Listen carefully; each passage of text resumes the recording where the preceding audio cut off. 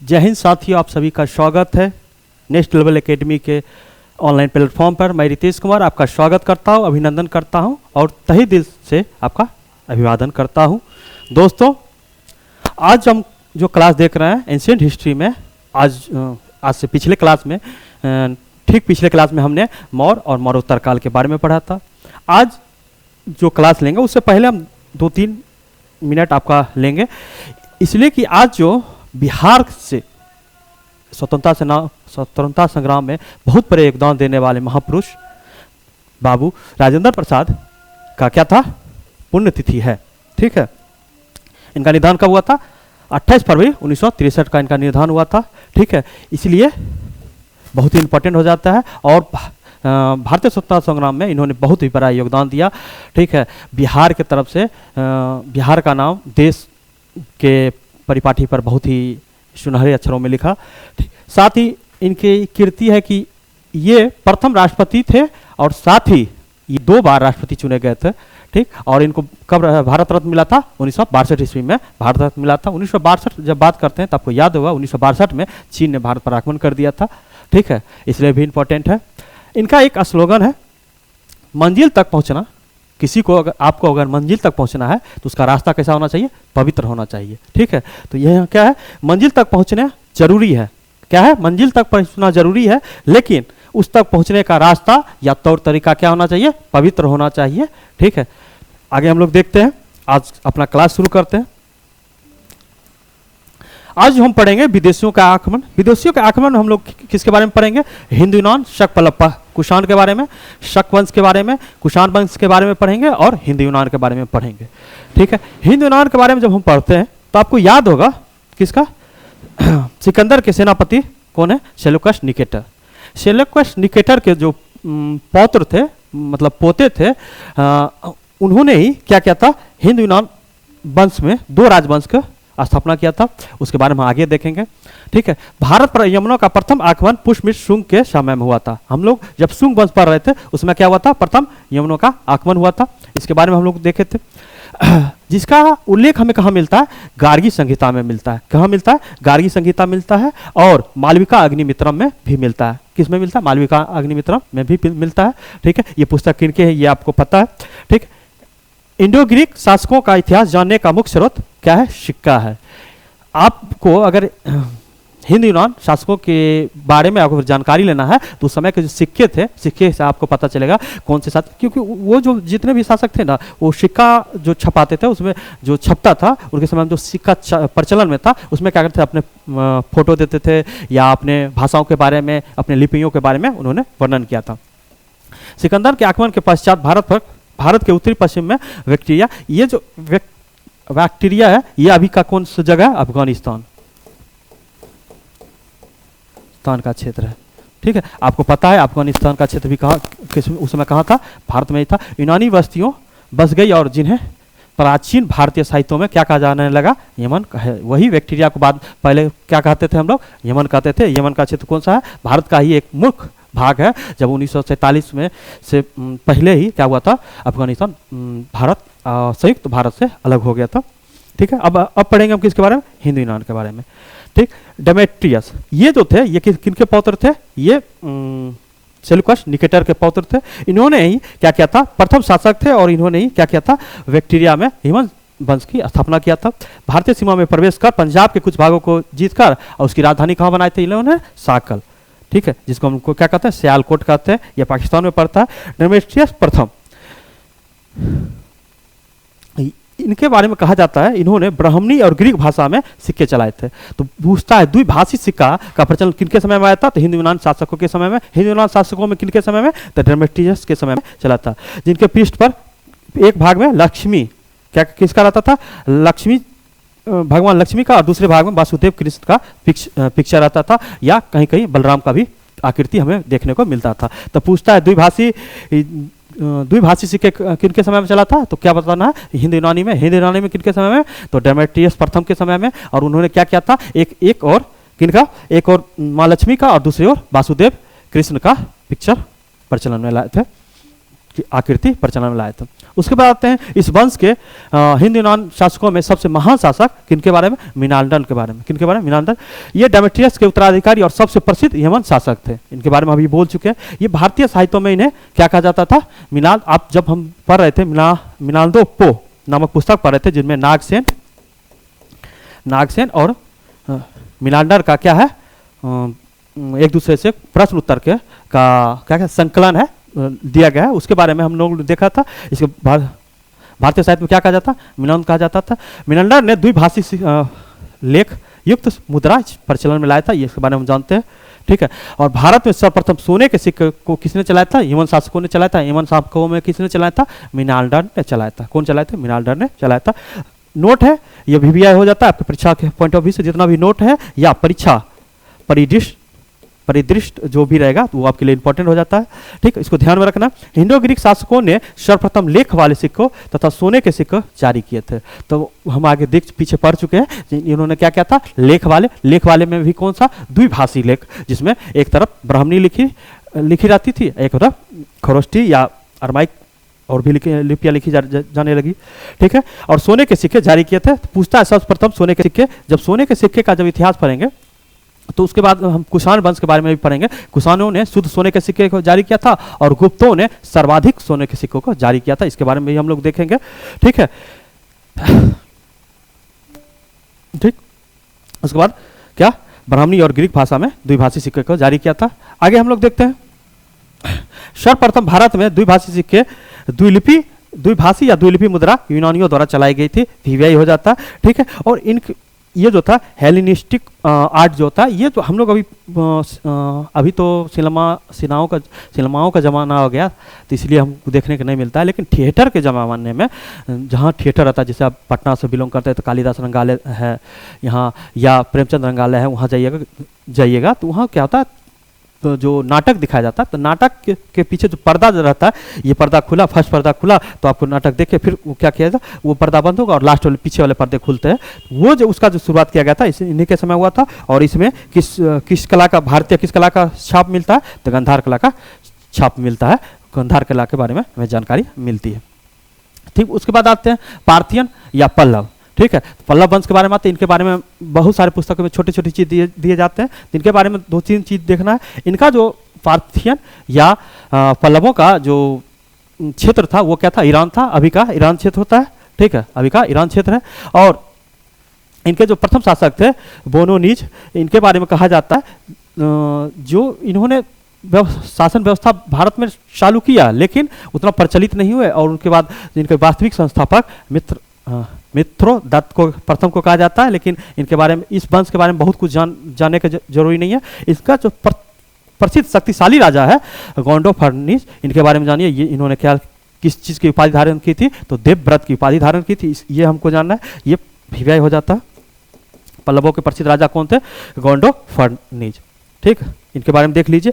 उसके शासनकाल में, इनके गोंडोफर्निस के शासनकाल इसलिए इंपॉर्टेंट हो जाता है, तो इनके शासनकाल में जो ईसाई धर्म के जो क्या कहते हैं हम लोग, ईसाई धर्म के पादरी जो थे यहाँ ईसाई धर्म को प्रचार प्रसार करने गए थे, सेंट थॉमस, इनके बारे में हमें जानकारी मिलता है, इसलिए ये इंपॉर्टेंट हो जाते हैं। गोंडोफर्निस के समय में कौन आए थे, सेंट थॉमस आए थे यहाँ, थॉमस आए थे क्या करने के लिए, ईसाई धर्म के प्रचार के लिए। इस साम्राज्य का अंत कुषाणों द्वारा कर दिया गया। तो पूछता है पल्लव साम्राज्य का समाप्त किसने कर दिया था, कुषाणों ने कर दिया, कुषाण। उसके बाद हम लोग आगे देखते हैं अगला राजवंश कौन सा है। उसके बाद हम देखते हैं शक के बारे में कहा जाता है। शक के जो प्रसिद्ध राजा थे रुद्रदमन थे, ठीक है। अब हम लोग देखते हैं एक शक आगे भी हम देखेंगे और चोल भी देखेंगे, ठीक है, उसमें हम देखेंगे तो उसमें बहुत सारे प्रसिद्ध राजा आएंगे। शक मध्य एशिया से भारत आए थे, कहाँ से आए थे, मध्य एशिया से भारत आए थे, ये इंपॉर्टेंट हो जाता है, ठीक। शकों ने भारतीय साहित्य को क्या कहा जाता है, भारतीय साहित्यों में सीथियन भी कहा जाता है, क्या कहा जाता है, सीथियन भी कहा जाता है।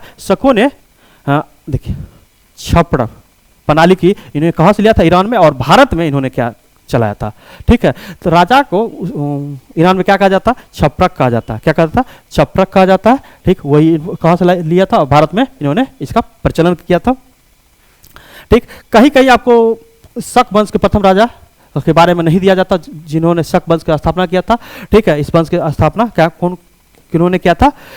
माउस ने किया था। किन्होंने किया था? माउस ने किया था। और इसके प्रसिद्ध राजा कौन थे? रुद्रदमन थे। उज्जैन में सर्वाधिक प्रसिद्ध शक राजा थे इन्होंने, ये थे। ठीक है, ये इनका क्षेत्र कौन था? उज्जैन इनकी राजधानी थी। और भारत में सर्वप्रथम संस्कृत हुआ तिथि युक्त सिक्के जारी करने का किन्होंने जारी किया था? रुद्रदमन ने जारी किया था। पूछता है संस्कृत और तिथि युक्त सिक्के जारी करने का किन्होंने जारी किया था? पूछ देगा। संस्कृत एवं तिथि लिखित सिक्के किन्होंने जारी किया था? तो रुद्रदमन ने जारी किया था। ये आपको याद रखना है। और रुद्रदमन का अभिलेख भी है जिसके बारे में हम लोग आगे देखेंगे। ठीक है, आगे हम लोग आते हैं। आगे जब हम आते हैं, शकों की मुद्राओं में कौन सी लिपि लिखी रहती थी? ब्राह्मणी, खरोष्ठी। ठीक है, ब्राह्मणी, खरोष्ठी और यूनानी, 3 तरह की लिपियां लिखी जाती थी। तो इनके जो सिक्के थे ये त्रिभाषी थे। इनके सिक्के क्या थे? त्रिभाषी थे। और भारत में सर्वप्रथम तिथि युक्त, ये नोट्स में हम लोग देखते हैं। और संवत मुद्रा, संवत युक्त मुद्रा जो हम लोग शक संवत, विक्रम संवत या गुप्त संवत इसके बारे में देखते हैं। तो संवत युक्त मुद्रा जो भी थे तो वो इनके समय में चला था। और शक मुद्राओं पर शिव और पार्वती के चित्रण रहता था। ये वीवीआई हो जाता था, इसको याद रखना है किस मुद्रा में। ठीक है, हम पहले देखे थे हिंदू यूनानी में क्या था? एक तरफ लक्ष्मी जी, माता लक्ष्मी का, एक तरफ वासुदेव कृष्ण का। और इसमें क्या रहता था? एक तरफ शिव का, एक तरफ पार्वती का रहता था इनके मुद्रा में। ठीक है, अब आते हैं कुषाण। ये वीवीआई आ जाता है, इनके बारे में आपको याद रखना है। कुषाण का उद्गम चीन के पश्चिमी क्षेत्र एवं मध्य क्षेत्र से हुआ था। ठीक है, इसके जो कुषाण वंश के जो संस्थापक थे कडुल कन्फ्यूशस थे। ठीक है, और इन्होंने क्या किया था? सिर्फ तांबे के सिक्कों का प्रचलन किया था। और इन्होंने कौन सी उपाधि धारण की थी? महाराजा धीराज की उपाधि धारण की थी। इन्होंने कौन सी उपाधि धारण की थी? महाराजा धीराज की उपाधि धारण की थी। अब आते हैं कुषाण वंश के प्रथम क्या कहते हैं बड़े राजाओं के, जिन्होंने सोने के सिक्के को जारी किया था। भीम कन्फ्यूशस, जिसे हम लोग क्या कहते हैं? कन्फ्यूशस द्वितीय के नाम से भी जानते हैं। सर्वप्रथम इन्होंने भारत में कुषाण वंश का वास्तविक संस्थापक भी माना जाता है, ये भी बोले हैं। और इन्होंने ये जो थे शैव मत के थे। भीम किस मत थे? शैव मत के अनुयायी थे। और शैव मत को भगवान शिव के अनुयायी थे। ठीक है, इनके सिक्कों पर सर्वप्रथम शिव, नंदी और त्रिशूल का चित्रण रहता था। इनके सिक्के पर क्या रहता था? शिव, नंदी और त्रिशूल का रहता था। इससे पहले हम लोगों ने पढ़ा था, उसमें क्या रहता था? शिव और नंदी का पिक्चर रहता था। किसमें? कुछ शकों में हम लोग किसका? शिव और पार्वती का रहता था। लेकिन जब कुषाण में आएंगे, कुषाण में किसी चीज का रहता था आपको देखने को मिलता है? शिव, नंदी और त्रिशूल। अब हम लोग यहां आते हैं, सबसे पहले लिखते हैं हिंद।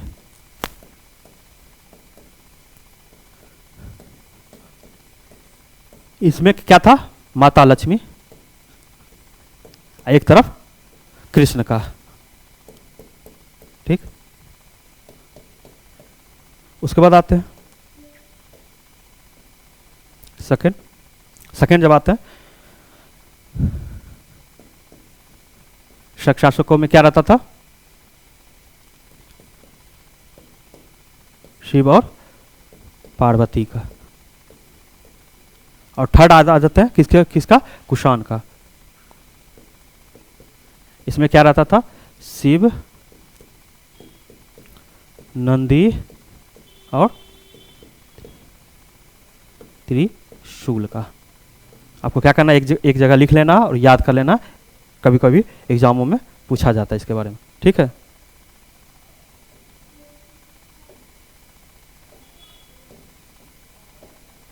याद रखना है। आगे हम लोग देखते हैं और इन्होंने कौन सी उपाधि धारण की थी? तो महेश्वर की उपाधि धारण। आपको पता है जिस शैव धर्म से थे तो क्या कर महादेव से जुड़ा हुआ ही उपाधि धारण करेंगे। महेश्वर की उपाधि धारण की थी। तो पूछेगा जो सबसे पहले आपको बताना है कडुल कन्फ्यूशस ने किसकी उपाधि धारण की थी? तो महाराजा धीराज की उपाधि धारण की थी। और भीम कन्फ्यूशस ने महेश्वर की उपाधि धारण की थी। और बड़ी मात्रा में सोने और तांबे के सिक्के को चलाया था। हम बताए थे सबसे पहले सोने के सिक्के का प्रचलन इन्होंने ही किया था। और कुषाणों में भारत में सर्वप्रथम सोने का सिक्का किसने चलाया था? भीम कन्फ्यूशस ने चलाया था। ये आपको याद रखना है। ठीक है, उसके बाद आते हैं 2-3 पॉइंटें रहते हैं हर चीज में। अब आते हैं कनिष्क। इनके बारे में हम लोग को देखना। इनके समय में बहुत ही बड़े बड़े विद्वान इनके दरबार में रहते थे। और साथ ही कनिष्क जो थे, कनिष्क जब गद्दी पे बैठे थे तो उसमें कौन से संवत का शुरुआत किया था? विक्रम संवत की शुरुआत करवाया था।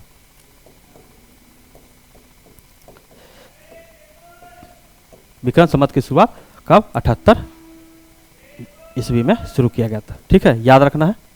किसके द्वारा? कनिष्क के द्वारा शुरू किया गया था। और कनिष्क ने देवपुत्र की उपाधि धारण की थी। किसके? देवपुत्र की उपाधि धारण की थी। जिस तरह आप लोग देखिएगा चीन में क्या किस चीज़ का करता था, स्वर्गपुत्र का। उसी तरह कुषाणों ने किस चीज़ का, देवपुत्र का उपाधि धारण किया था। और इसे क्या कहा जाता है, द्वितीय अशोक के नाम से भी जानते हैं। किनको, कनिष्क को हम लोग किस नाम से जानते हैं, द्वितीय अशोक के नाम से भी जानते हैं।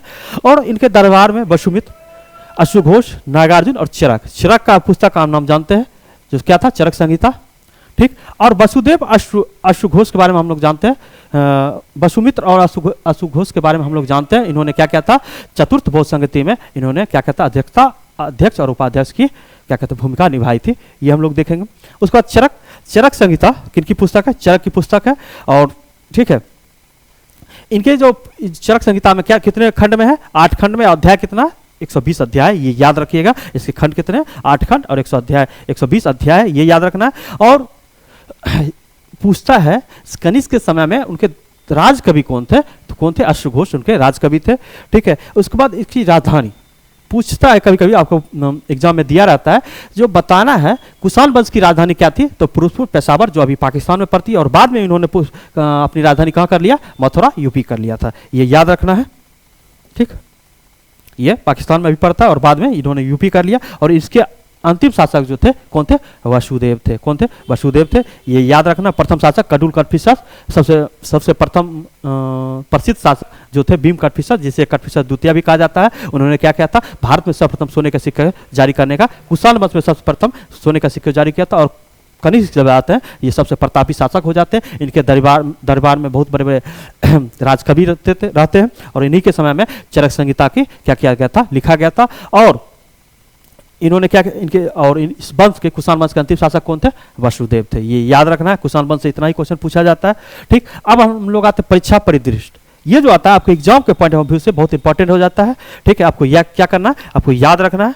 ठीक, कुषाणों ने भारत में द्वैत शासन, याद रखना है, कुषाण ने भारत में क्या किया था, द्वैत शासन। द्वैत शासन का मतलब क्या होता है, जिस तरह भारत अभी हम कर सकते हैं, जिस तरह देखते हैं द्वैत शासन क्या होता है, अभी भारत में एक केंद्र सरकार है और राज्य में, बिहार में क्या, एक राज्य सरकार है। क्या कहते, राज्य सरकार का काम है राज्य का शासन व्यवस्था करना और केंद्र सरकार का काम है पूरे भारत में शासन व्यवस्था करना। ठीक है, लेकिन ऐसा तो नहीं है जो केंद्र सरकार बिहार में शासन नहीं कर सकता। केंद्र सरकार क्या करता है, बिहार में भी शासन चलाता है, लेकिन उसका क्षेत्र बंधा हुआ है, जिसको हम लोग क्या कहते हैं, सूची कहते हैं। ठीक है, जो समवर्ती सूची है, राज्य सूची है, केंद्र सूची है, इस आधार पर सबके अपने अपने क्षेत्र है, उसे बना रहता है। तो हम लोग दो शासन, दोनों शासन चलाएंगे, लेकिन सुचारू रूप से। जब हम पॉलिटी पढ़ेंगे तो पॉलिटी में इसके बारे में हम लोग बड़े डिटेल से पढ़ेंगे। तो पूछता है द्वैत शासन किन्होंने चलाया, किनके शासन की शुरुआत देन है, तो बताना कुषाणों की देन है। और स्थानीय स्वशासन जब बोल देगा तो किसका है, चोलों को। जब हम चोल वंश पढ़ेंगे आगे 1-2 क्लास के बाद, हम जब चोल वंश पढ़ेंगे तो उसमें क्या होगा, स्थानीय स्वशासन के जनक किन्हें कहा जाता है, चोलों को कहा जाता है। उसी तरह कुषाणों को क्या कहा जाता है, द्वैत शासन के जनक के रूप में हम लोग जानते हैं। जबकि शकों ने संयुक्त शासन प्रणाली का शुरुआत की थी। संयुक्त शासन प्रणाली की शुरुआत कहने का मतलब क्या हुआ, जिन्होंने केंद्र की स्थापना, इनको पूछता है जो केंद्र के रूप में हमें व्याख्या कब मिला है, तो केंद्र की व्याख्या में कहाँ से मिलती है, शकों की शासन व्यवस्था से हमें मिलती है। ठीक है, उन्होंने चीनी सम्राटों के अनुकरण कर स्वर्गपुत्र के जगह पर देवपुत्र का धारण किया था। हम बोले थे जो कनिष्क क्या किए थे, देवपुत्र की उपाधि धारण किए थे। ठीक है, किसके द्वारा, चीन के शासकों सम्राटों जो क्या करते थे, स्वर्गपुत्र की उपाधि धारण करते थे। उन्हें रोमन सम्राटों के अनुकरण करके देवकुल की स्थापना किया था। अब देवकुल होता क्या है, ठीक है, देवकुल आपको कुषाणों की जहाँ जिस क्षेत्र में साक्ष्य मिले, कुषाणों की वस्तुएं मिले हैं, तो वहाँ जब जाइएगा ना, देवकुल का मतलब क्या हुआ था, एक रूम बनाए, रूम में क्या किए, कुषाणों के जितने भी प्रसिद्ध राजा हुए या इससे पूर्व जितने भी राजा हुए, उनकी प्रतिमाओं को स्थापित करके उनकी पूजा करना, ये देवकुल रूम रहता था, भंडार के रूप में देखा जाता था, जो एक रूम के रूप में, एक मंदिर के रूप में उन्होंने स्थापित किया था।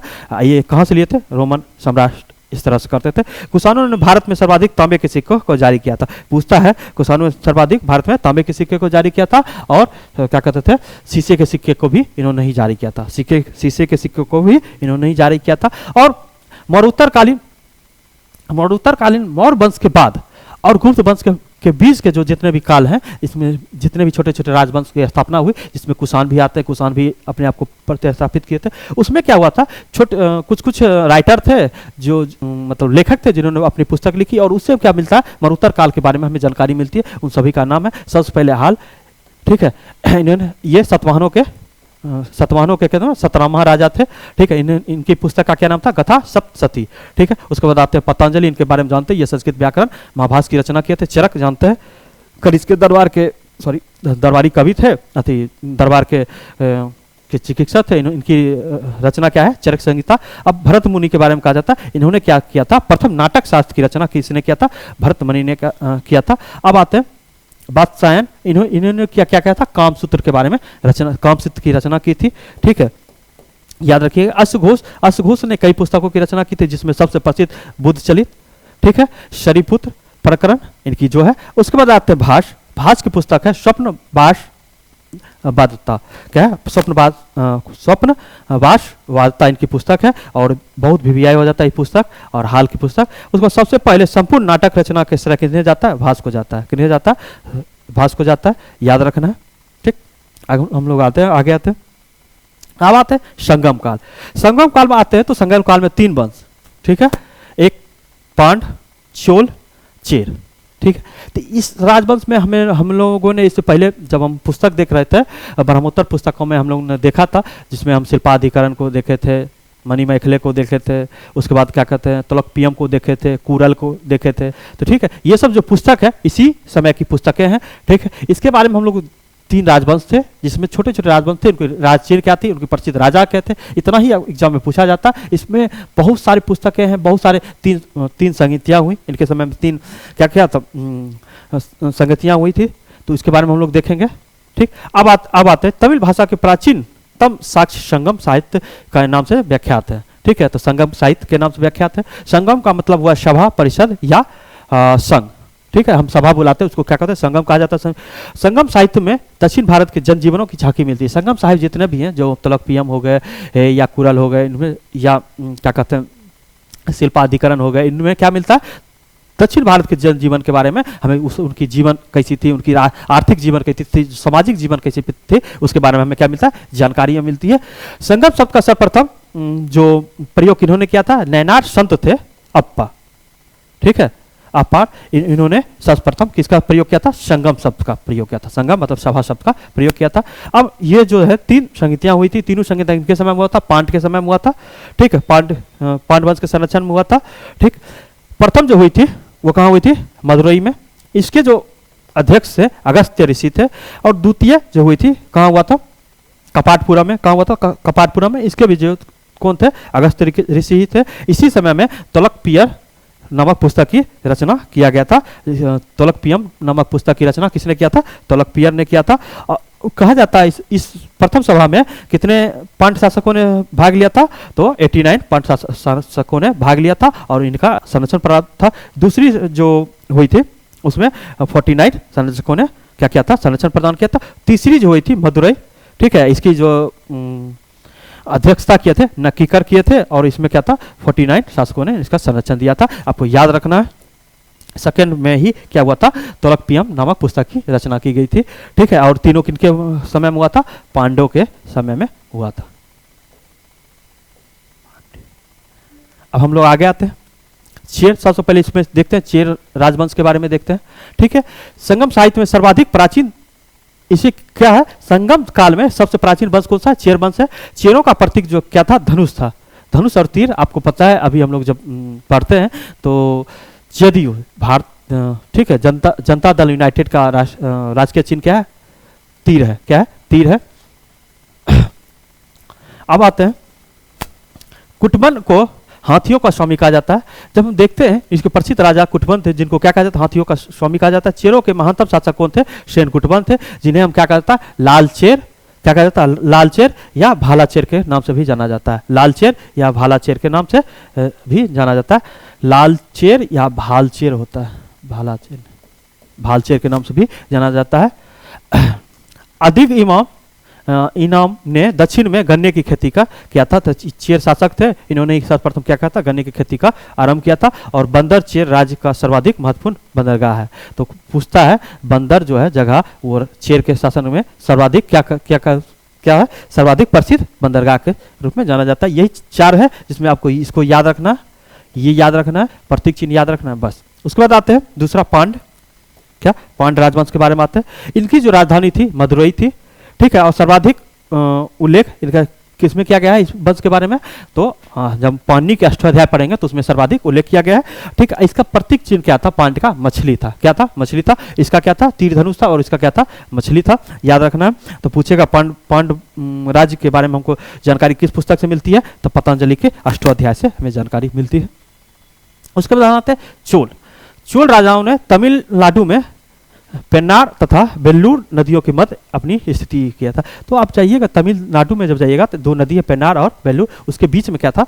चोलों का शासन था। और चोल जो थे समुद्र में इनकी मतलब समुद्री शक्ति इनकी बहुत ही प्रसिद्ध थी और स्थानीय स्वशासन के जनक के रूप में इन्हें हम लोग जानते हैं। ठीक है, इनका प्रतीक चिन्ह क्या था? बाघ था। क्या था प्रतीक चिन्ह? इनका बाघ था।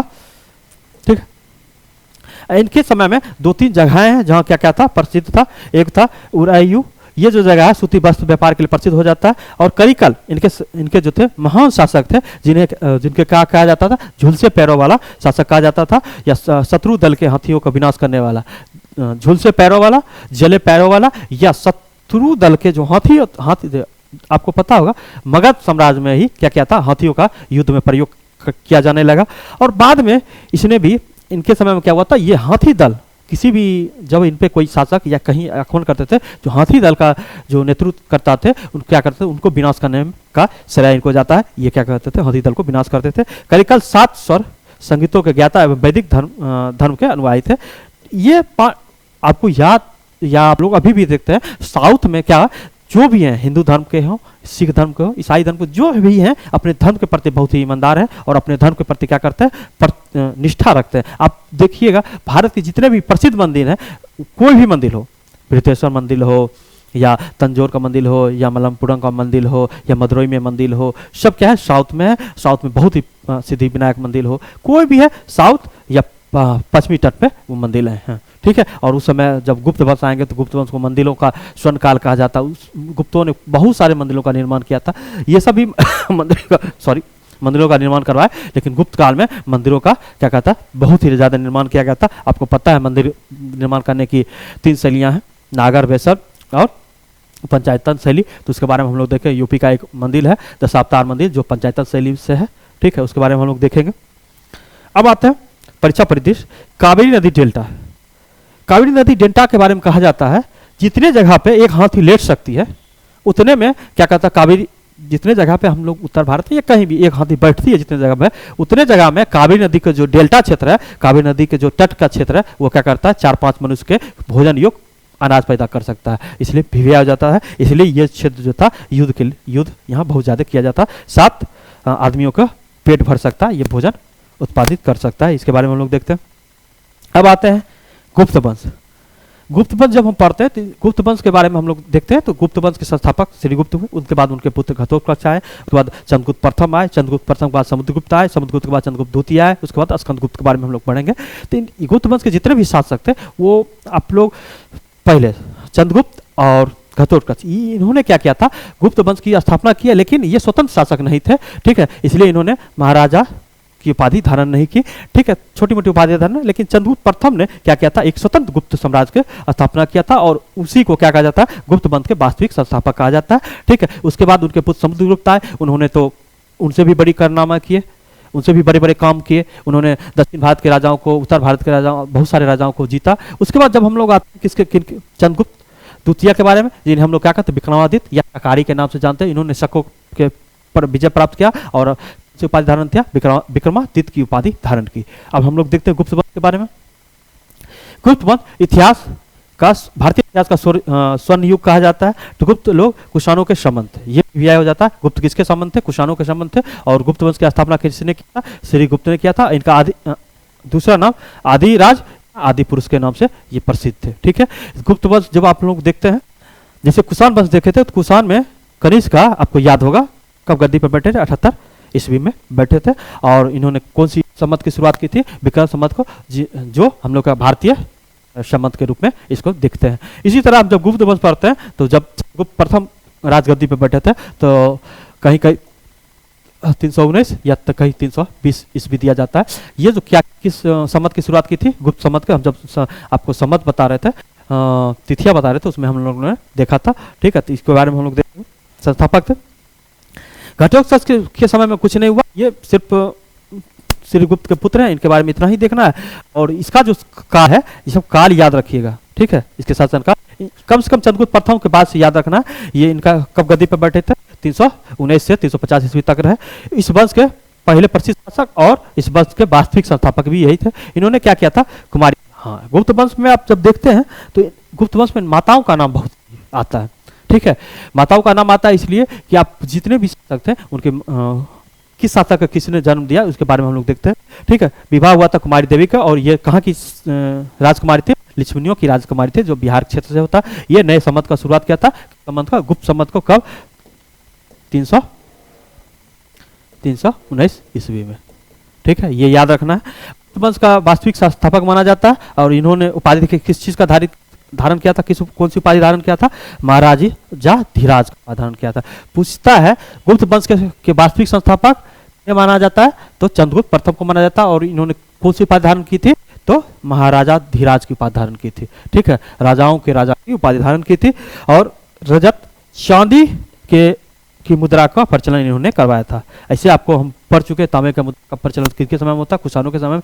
और क्या था, शीशे के सिक्के का भी इन्हीं के समय में प्रचलन हुआ था, ठीक है। सातवाहनों ने भी शीशे के सिक्के का प्रचलन किया था। और सोने के सिक्के का प्रचलन सर्वप्रथम किसने किया था, हिंदू यूनानियों ने किया था। कुषाणों ने शुद्ध सोने का सिक्के का प्रचलन किया था। अब जब गुप्त वंश आते हैं तो सर्वाधिक सोने के सिक्के का प्रचलन किया था। हमने पीछे जब देखे थे तो सातवाहनों ने क्या किया था, पंडितों को, ब्राह्मणों को क्या भूमि दान, दक्षिणा के रूप में भूमि देना शुरू किया था। और गुप्त काल में क्या हुआ, ये अपने चरम सीमा पर पहुंच गया। इन्होंने बहुत ही भूमि ब्राह्मणों को दान करना शुरू कर दिया था, ठीक है। चांदी के सिक्कों का इन्होंने चालन चलाया था। हम लोग आगे देखते हैं समुद्रगुप्त, ठीक है, चंद्रगुप्त प्रथम के पुत्र थे समुद्रगुप्त। और इनके बारे में देखते हैं, इन्होंने बहुत ही बड़े बड़े काम किया था। इनके समय में इन्होंने क्या किया था, सर्वप्रथम इनके प्रयाग प्रशस्ति, ठीक है, इनके समय में दरबारी जो इनके शासक थी, दरबारी क्या कहते हैं, मंत्री थे, हरिसेन, इनके द्वारा प्रयाग प्रशस्ति की स्थापना किया, जिसको हम लोग क्या कहते हैं, प्रयाग अभिलेख कहते हैं, ठीक है। और इसमें क्या मिलता है, इनके भारत के सभी क्षेत्रों के विजय का विवरण मिलता है। और इनको समय में गुप्त साम्राज्य अपने बहुत ही कहा जाता है, जब समुद्रगुप्त शासक बने तो इनके समय में क्या हुआ था, गुप्त वंश अपने को उसका पर था, क्योंकि इनके समय में गुप्त वंश का इतना ज्यादा विस्तार हुआ, बहुत ही ज्यादा विस्तार हुआ था, ठीक है, हाँ, विस्तार हुआ था। उसके बाद समुद्रगुप्त ने उत्तर भारत के आर्यावर्त के 9 शासकों और दक्षिण भारत के कितने 12 शासकों को पराजित किया था, ठीक है। राय चौधरी ने इन्हें क्या कहा जाता, धर्म विजय की संज्ञा दी थी। पूछता है समुद्रगुप्त को धर्म विजय की संज्ञा किसने दी थी, तो राय चौधरी ने दिया था। उसके बाद स्मिथ ने इन्हें क्या कहा था, विस्टन स्मिथ ने इन्हें क्या कहा था, भारत का नेपोलियन की संज्ञा दी गई थी, भारत के नेपोलियन की संज्ञा दी गई थी। और कविराज, इनको कविराज क्यों कहा जाता है, इनके जो सिक्के थे उस पर इनका बिना बजाते हुए आकृति चित्रण मिला था, इसलिए इसे क्या कहा जाता, कविराज कहा जाता।